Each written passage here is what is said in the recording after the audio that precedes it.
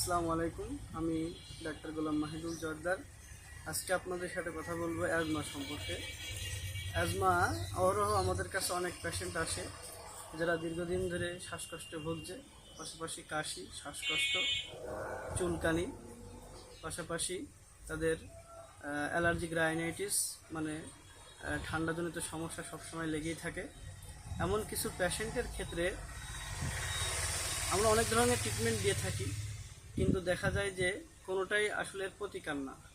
Just তাকে ভালো রাখার জন্য কিছু ট্রিটমেন্ট দেওয়া হয়, এবং এটা দেখা যায় যে যারা বিশেষ করে এই অ্যাজমার সাথে সংশ্লিষ্ট হচ্ছে, যারা ধূমপান করে বা ধোঁয়ায় থাকে বা এমন কোনো কাজ করে, ডাস্ট অ্যালার্জির কাজ করে, সেক্ষেত্রে দেখা যায় তাদের ক্ষেত্রে সিওপিডিও হতে পারে, ক্রনিক অবস্ট্রাকটিভ পালমোনারি ডিজিজ। এক্ষেত্রে আমরা পেশেন্টদেরকে সাজেস্ট করি যে নিরাপদ ওষুধ, যেমন মন্টেলুকাস্ট, মোনাস্টেন, অ্যারন 10 mg এই ধরনের ওষুধ খাওয়ার জন্য।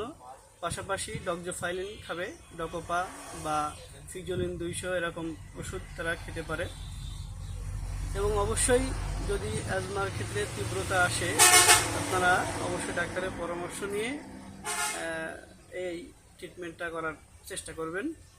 আর সুস্থ থাকুন, সুন্দরভাবে জীবনযাপন করুন।